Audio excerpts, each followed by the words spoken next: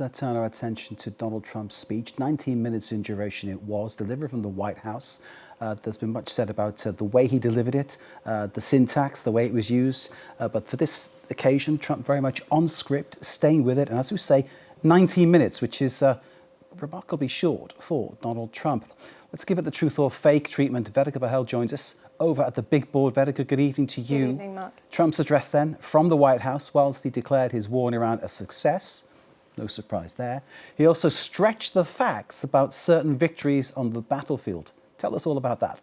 That's right. Donald Trump used his 19-minute address at the White House on Wednesday to tout U.S. military successes of his war in Iran and persuade the American people of its merits as the conflict enters its second month. Now, he claims to have caused regime change in Iran. He said that regime change wasn't our goal. We never said regime change, but it has occurred because of all of the original leaders' death. They are all dead. Now, this is misleading and certainly stretching the truth, because it is true that several top Iranian leaders have been killed, including former Supreme Leader Ayatollah Ali Khamenei and other commanders in the Revolutionary Guard Corps. But the Islamic regime remains in power, and it shows no indication that it is unraveling or spiraling, or that any of the successors and replacements have broken away from the ideologies or strayed from the policies of the Islamic Republic. In fact, the successor to Ayatollah Ali Khamenei was his son, Mujtaba, who is arguably more hardline even than his father. So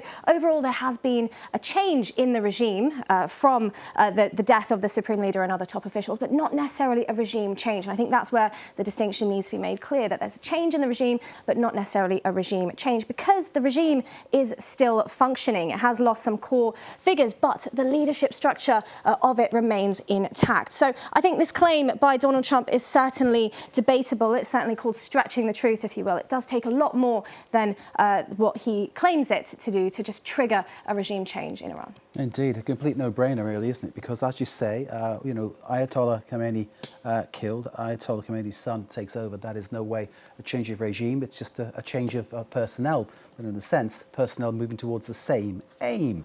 So, Vedika, it's not just the war. Trump also mischaracterized several core facts about the US economy. That's right. Firstly, he claimed that America has no inflation. He says we've taken a dead and crippled country after the last administration and made it the hottest country anywhere in the world by far with no inflation. Now, this is false, although it is a claim that we have heard Donald Trump make before, and it is very on brand of him to take that shot there at the Biden administration. But if we look at the facts, according to the Bureau of Labor Statistics data, which was released just weeks ago, the Consumer Price Index, which measures inflation, it was up by 0.3% month over month in February, or if we look at from a year ago, it was up 2.4% from a year ago. So that was before the war in Iran and before the blockade of the Strait of Hormuz that has caused gas prices to shoot up. So the CPI was already up, and it was already above the Federal Reserve's target of 2%. Now, another claim that Donald Trump made in that address was that the US no longer no longer needs the Middle East. He says we're now totally dependent of the Middle East. We don't have to be there. We don't need their oil. Now, again, this is misleading, because whilst it is true that the US is a world leader in crude oil production, it produces about 60% of its crude oil, but it's not totally independent. It does import the other 40%, according to the American fuel and petrochemical manufacturers. And out of that 40%, a fraction does come from the Persian Gulf. In 2025, the US imported 8.5% from the Persian Gulf, which amounted to just under 250 million barrels from there. Now, we also need to take into account that oil is a commodity on the global market. Disruption anywhere affects the price anywhere around the world, and we are certainly seeing those effects. And I think Americans paying at the pump would agree with me as well, with those high prices in the US at the moment. So Trump is certainly misrepresenting the facts on not needing the Middle East, as there's not a complete detachment from the oil that he's talking about.